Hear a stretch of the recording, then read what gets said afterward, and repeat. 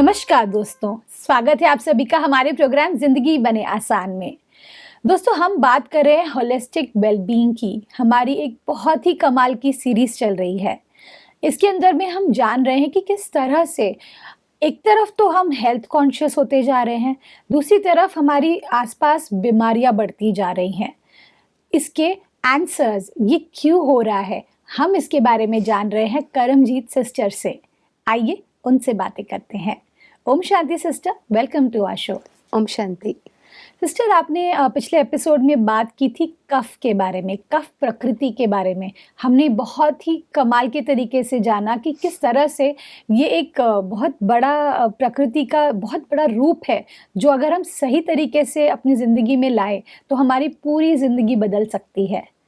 अब मैं जानना चाहती हूँ सिस्टर, ये एक एग्जाम्पल के तरीके से मैं लेना चाहूँगी। एसिडिटी ये एक ऐसी बीमारी है जिसको हम ऐसे नेग्लिजिबल तरीके से देखते हैं कि ठीक है, एसिडिटी है ना, कोई बात नहीं, ठीक हो जाएगा। उसमें छोटे मोटे रेमेडीज़ करते हैं, एक दो दवाइयाँ लेते हैं और हमको लगता है हम ठीक हो गए। लेकिन ये होता क्यों है? एसिडिटी सालों साल लोग इसके लिए खाली पेट का कैप्सूल खाते हैं। राइट। बहुत सारे मार्केट में अलग अलग सॉल्ट्स अवेलेबल हैं, तो खाली पेट का कैप्सूल सालों साल खाते रहते हैं और उन्हें पता नहीं चलता कि उससे कितना डैमेज वो अंदर अपने शरीर का कर रहे होते हैं। तो ये जो एसिडिटी है, it is because of pitta दोषा। अच्छा। कफ के बाद जो पित्त है वो हमारे हार्ट से लेके एब्डोमेन तक, हार्ट से लोअर एब्डोमेन तक हमारा पित्त दोष जो है यहाँ पर प्रभावित करता है इन अंगों को। तो इसमें जितने भी अंग आ जाते हैं, हमारा स्टमक, हमारा लिवर, हमारा गॉल ब्लैडर, तो this all gets affected due to increase और decrease of pitta dosha. Okay. तो पित्त दोष अगर बिगड़ेगा, उन्हें गर्मी भी ज़्यादा फील हो सकती है, उनको एसिडिटी और हार्ट बर्निंग भी फील हो सकती है, जलन महसूस हो सकती है, स्टमक के अल्सर्स हो सकते हैं, गॉल ब्लैडर की प्रॉब्लम आ सकती है, फैटी लिवर हो सकता है, और जो बिलिरुबिन बाइल डक्ट होता है, बिलिरुबिन स्टोर होता है और लिवर से बाद में गॉल ब्लैडर से रिलीज होता है, उसमें भी बहुत सारी दिक्कतें आती हैं। तो इनसे जुड़ी हुई एक नहीं लेकिन हंड्रेड्स ऑफ डिजीजेस आगे जा कर के जन्म लेती हैं। तो अगर आपका पित्त दोष बिगड़ा हुआ है तो उसको सम रखने के यत्न करने चाहिए। पित्त एग्रवेटिंग फूड्स हमें नहीं खाने चाहिए। पित्त को शांत रखने वाले भोजन हम लेते रहें, जैसे कि बहुत ज़्यादा स्पाइसी खाना, वो पित्त को एग्रवेट करेगा।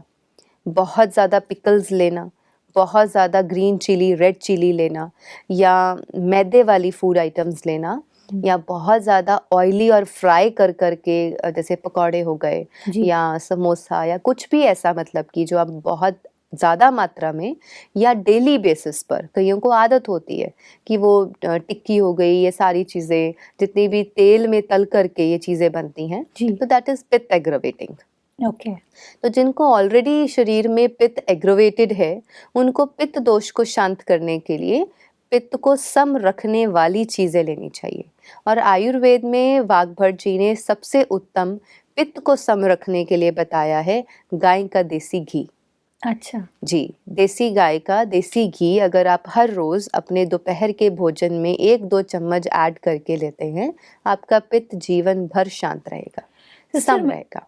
सिस्टर, मैंने सुना है कि घी से कोलेस्ट्रॉल बढ़ता है, इज इट राइट? बिकॉज ये बहुत बड़ा एक क्वेश्चन है जो मैं बचपन से सुनती आ रही हूँ कि भाई घी में ज़्यादा घी नहीं खाना चाहिए, उससे कोलेस्ट्रॉल बढ़ सकता है, फैट बढ़ सकता है। ये सच है? घी से ना तो फैट बढ़ता है ना कोलेस्ट्रॉल बढ़ता है, लेकिन अगर आपका मेटाबॉलिज्म बिगड़ा हुआ है, और अगर आपके बॉडी का सिस्टम ही बिगड़ा हुआ है, बॉडी का जो डिफेंस मैकेनिज्म है, बॉडी का जो मेटाबॉलिज्म है, जो अंदर डाले हुए खाने को डिवाइड करके, सेग्रीगेट करके, मेटाबोलाइज करके आगे पूरे शरीर के अंदर डिवाइड करता है, वो सिस्टम अगर बिगड़ा हुआ है, देन इट कॉजेज प्रॉब्लम।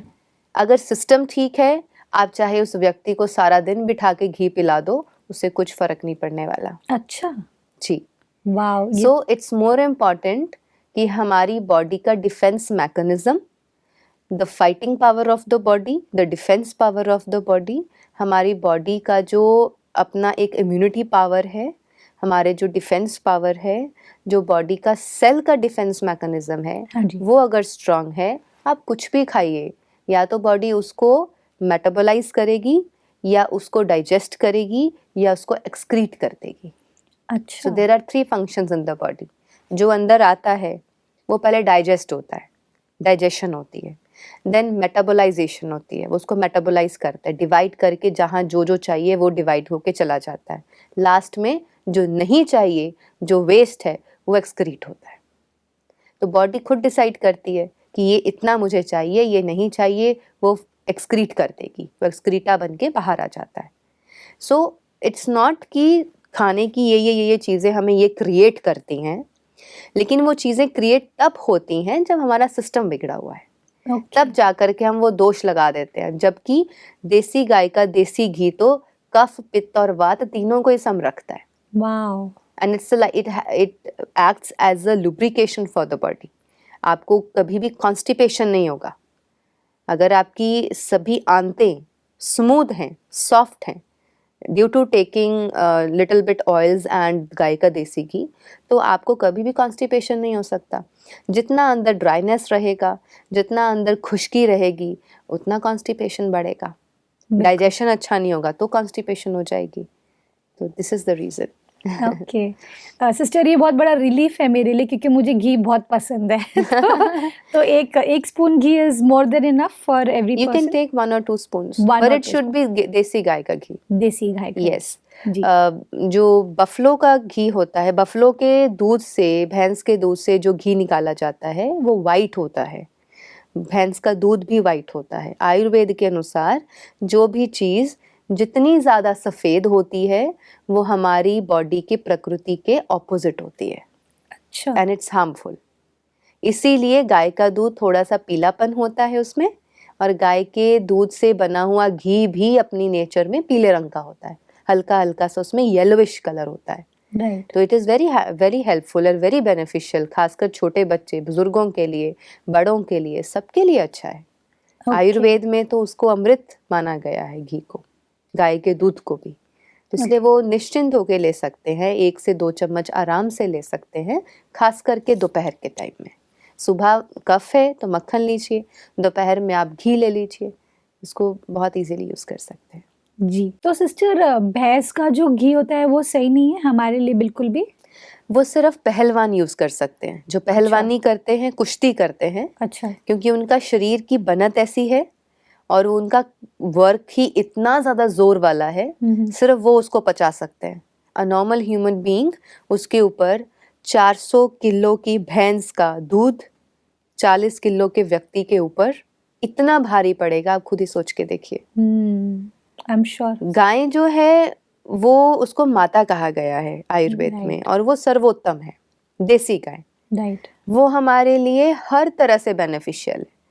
लेकिन भैंस का दूध या भैंस के दूध से बना हुआ घी वो हमारे लिए ना तो अच्छा है, ना ही हम उसको इतनी इजीली डाइजेस्ट कर सकते हैं। राइट।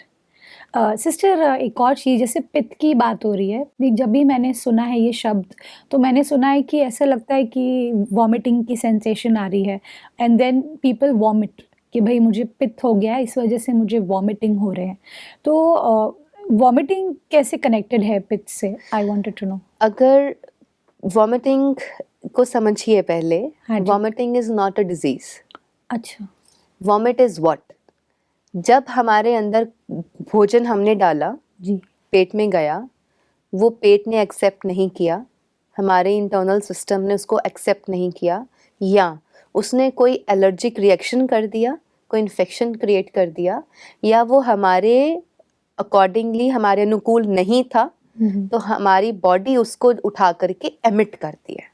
ओके। यहाँ अगर एसिडिटी बन गई, या उस खाए हुए भोजन ने कुछ ऐसा रिएक्शन कर दिया जो हमारे लिए हेल्दी नहीं है, तो बॉडी तुरंत उसको अपने डिफेंस के माध्यम से बाहर फेंकती है। अच्छा। हमने उसको नाम दे दिया वॉमिटिंग। अच्छा। तो actually it is what? It is the defence power of the body, कि जो बॉडी को नहीं चाहिए, या तो वो उसको एक्सक्रीट कर देगी थ्रू द स्टूल, जी। या फिर वो उसको थ्रू वॉमिटिंग बाहर फेंक देगी। अगर आपकी नाभि से ऊपर उसने कोई रिएक्शन दिया है विच इज़ नेगेटिव, तो आपको वॉमिट ही आएगा। ओके सिस्टर, पित्त के लिए, पित्त को बैलेंस रखने के लिए कौन सी ऐसी रेमेडीज है जो आप हमें सजेस्ट करना चाहते हैं? देखिए, पित्त एग्रवेट होता है जब समर्स आती है। ओके तो जैसे ही मार्च और अप्रैल का मंथ आता है, चैत्र के जो महीना होता है, जी तो चैत के महीने में या चैत्र के मंथ में अगर आप नीम की 2-3 पत्तियां फ्रेश सुबह खाली पेट अगर लें, तो आपका पित्त नेचुरली बैलेंस्ड रहेगा थ्रू आउट द समर्स और आप कभी बीमार नहीं पड़ेंगे। ओके जी, तो नीम इन समर्स, और विंटर्स आ जाता है तो उसमें अर्जुन और अमरूद जो है वो, अमरूद और आम। रेनी सीजन में अर्जुन का पेड़, उसकी दातुन, और गर्मियों में नीम की दातुन। मतलब जो लोग कर सकते हैं, अभी भी आई हैव सीन बहुत लोग जो हैं वो दातुन करना ज़्यादा अच्छा मानते हैं। जी क्यों? क्योंकि जो टूथपेस्ट है वो भी पित्त को एग्रवेट करती है।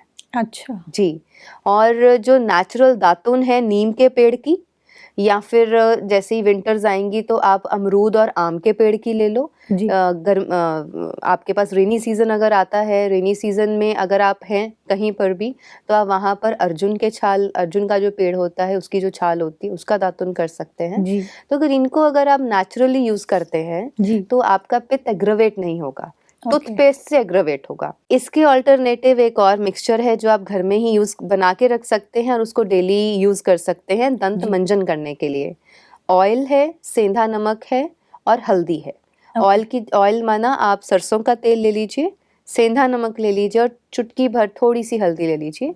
उससे आप अपने दांतों और मसूड़ों का, आपके मसूड़े जो हैं वही दांतों को स्ट्रॉन्ग करते हैं, इसलिए जो गम्स हैं उसका अच्छे से मसाज करना बहुत ज़रूरी है। अक्सर करके हम सभी क्या करते हैं, हम सिर्फ अपने ब्रश पर टूथपेस्ट लगाकर सिर्फ टीथ को ब्रश करके और राइट स्पिट करके साफ करके बाहर आ जाते हैं। राइट यूजुअली करना क्या चाहिए, आप दांतों को मंजन करो या ना करो, लेकिन आपके जो मसूड़े हैं, जो गम्स हैं, उनकी मसाज होना सबसे ज़्यादा ज़रूरी है, because gums are the only one who are holding the teeth. पर sister, Yes. As far as I know वो तो बहुत स्टिफ होता है टूथपेस्ट जो होता है, तो वो तो हार्म करेगा ना मसूड़ों को? आपको उंगली से करना है। अच्छा उंगली से करना यस, है। You can use your finger. Okay आपने मिश्रण लिया, थोड़ा सा आपने सेंधा नमक लिया, उसमें थोड़ी सी हल्दी डाली, 2-3 ड्रॉप्स आपने तेल के डाले, आप उसको फिंगर से मिक्स करके आप पूरे अच्छे से ऊपर नीचे अंदर भी बाहर भी आप अपने गम्स को उसकी मसाज दीजिए। ओके तो पूरी मसाज देंगे तो आप देखेंगे दांतों का जो स्वास्थ्य है वो अच्छा रहेगा, दांत आपके स्वस्थ रहेंगे, स्ट्रांग रहेंगे, हेल्दी रहेंगे। तो वाह भले वो करते करते दांतों का भी साथ में मंजन हो जाएगा, तो ब्यूटीफुल उसको आप ब्रश से भी कर सकते हैं। और अगर हमें ये भी नहीं करना तो very simple remedy we can take, that is triphala churan. जी त्रिफला चूरन में आप सेंधा नमक ऐड करिए और उसको आप टूथपेस्ट की तरह ब्रश पे लगा करके भी यूज कर सकते हैं टू ब्रश योर टीथ। और अगेन उंगली से अपनी फिंगर से यूज करके आप अपने गम्स की उसकी अच्छे से मसाज कर सकते हैं। सिस्टर, आपने कफ के बारे में हमें रूटीन बताई थी जो हमें बहुत हेल्पफुल थी और हमने उसकी शुरुआत भी कर दी है अपनी रूटीन में लाने के लिए। अब मैं जानना चाहती हूँ कि पित्त के लिए आपका क्या सजेशन है, किस तरह की रूटीन पित्त वाले लोगों के लिए होनी चाहिए? जी बिल्कुल, जैसे जिनको कफ प्रकृति की प्रॉब्लम रहती है या कफ प्रधान रहता है, उसमें हम योगासनास की प्रैक्टिस करना, प्राणायाम व्यायाम को मना करते हैं जी और उसमें सिर्फ मालिश रेकमेंड करते हैं। लेकिन पित्त में मालिश और व्यायाम दोनों ही ज़रूरी हैं। अच्छा वैसे भी देखो, जो पित्त है वो 14 साल से 60 साल की उम्र के बीच में रहता है जी और इसमें कठोर से कठोर परिश्रम करने की अनुमति भी दी गई है और रिकमेंडेशन भी दी गई है जी आयुर्वेद में। तो इसमें व्यायाम भी बहुत अच्छे से करें, मालिश भी करें, लेकिन पित्त में रूटीन ऐसा रहे कि जैसे आप सुबह उठे, सबसे पहली बात है कि इसमें बहुत ज़्यादा रेस्ट की ज़रूरत नहीं है। 6 to 8 hours of sleep is enough for पित्त प्रकृति। मतलब ओके 16 साल की उम्र से लेके 14-16 साल की उम्र से लेके 60 साल की उम्र तक 6 से 8 घंटे की नींद काफ़ी है। चाहे तो रात को 6 घंटे की नींद और दिन में 2 घंटे कर लीजिए, जी या रात को ही 8 घंटे की नींद आप पूरी कर लीजिए, या 7 और 1 घंटा दिन में सो लीजिए, जी। तो इट इज़ इनफ फॉर पित्त प्रकृति। और सुबह उठने के बाद गुनगुने पानी से शुरुआत करें। गुनगुना पानी लेकर के उसको मुंह में घुमा करके फिर अंदर लेकर के जाएं, राइट। तो आपके पेट में जो एसिड बना होगा और आपके मुंह में जो एल्कलाइन क्षार बनी होती है, जो सलाइवा होता है, वो उसको जा करके एल्कलाइन करके न्यूट्रल कर देता है। ओके। तो जिनको एसिडिटी की प्रॉब्लम है वो वहीं से ख़त्म होनी शुरू हो जाती है और उनको खाली पेट का कैप्सूल जो है वो नहीं लेना पड़ता। तो इसके बाद वो पहले अच्छे से व्यायाम करें, एक्सरसाइजेस करें, हल्के योगासनास करें, एक्सरसाइजेस करें, जो भी उनको करना पसंद है। उसके बाद मालिश करें, और मालिश कब तक करें, जब तक आपके अंडरआर्म्स में थोड़ा सा आपको स्वेटिंग जैसा महसूस होने लगे, तब तक आप अच्छे से बॉडी की मसाज करें। उसके बाद आप नहा लें, थोड़ा सा वेट करें, फिर आप नहाएं। स्नान करने के बाद फिर आप थोड़ा टाइम देने के बाद आप अच्छे से अपना भोजन ग्रहण कर सकते हैं। जी। फिर थोड़ी सी रेस्ट करके आप अपने काम पे जा सकते हैं। तो ये मॉर्निंग की रूटीन हो जाती है पित्त प्रकृति वालों के लिए। ओके। तो ऐसे ही दिन में भी बहुत एग्रवेटिंग पित्त वाले भोजन नहीं खाएं अपने लंच में, और पित्त वाले आपने दोपहर के लंच में जो दाल या सब्जी कुक करी है उसमें अजवाइन, हींग और जीरे का तड़का ज़रूर लगाएं, वो पित्त को सम रखेगा। और ऊपर से देसी घी ऐड कर लें। ऑसम दीदी, ये जो आपने टिप्स हमें दिए हैं मुझे बहुत पसंद आए। I will apply from tomorrow. जैसे ही मैं अपने दिन की शुरुआत करूँगी, आई मेक श्योर कि ये जो बहुत कमाल का आपने टूथपेस्ट सजेस्ट किया है, मैं शुरुआत करूँगी इसके साथ। साथ ही साथ सिस्टर, आज हमने आपसे बहुत कुछ सीखा, जिसमें मुझे ये लग रहा है कि कहीं ना एक अजीब सा सुकून मिल रहा है, क्योंकि सिंप्लीफाई कर रहे हैं हम लाइफ को। आयुर्वेदा जो है वो लाइफ को सिंप्लीफाई करता है, मुझे ऐसा लग रहा है, क्योंकि आप बहुत कुछ कर रहे हैं अपनी लाइफ में, आप सक्सेसफुल होना चाहते हैं, लेकिन अगर आपकी हेल्थ ठीक नहीं है तो कुछ भी नहीं है। एंड ये बताने के लिए, हमारे साथ शेयर करने के लिए थैंक यू सो मच दीदी। Thank you for coming in our show. Om Shanti. Om Shanti. दोस्तों, आज के एपिसोड में हमने जाना कि हम लाइफ को कॉम्प्लिकेट खुद करते हैं, गलत तरह के फूड खाकर, गलत टाइम पे खाकर, और सही तरीके से लाइफस्टाइल को नहीं अपनाते। इसी वजह से हम अनहेल्दी रहते हैं। तो ये जो टिप्स आपको यहाँ पर मिल रहे हैं आयुर्वेदा के, इसे आपको अपनी ज़िंदगी में ज़रूर लाना चाहिए, क्योंकि अगर हम इसको पहल करें तो ना कि सिर्फ हमारा जनरेशन, हमारे बाद के जनरेशन को भी उसका फ़ायदा होगा। इस बात के साथ आज के प्रोग्राम को हम एंड करते हैं। कल आपसे फिर मिलेंगे आपके ही शो में जिंदगी बने आसान। ओम शांति। अधिक जानकारी के लिए संपर्क करें जिंदगी बने आसान, Brahma Kumaris Godlywood studio, Shantivan, Abu road. Call 80949134887।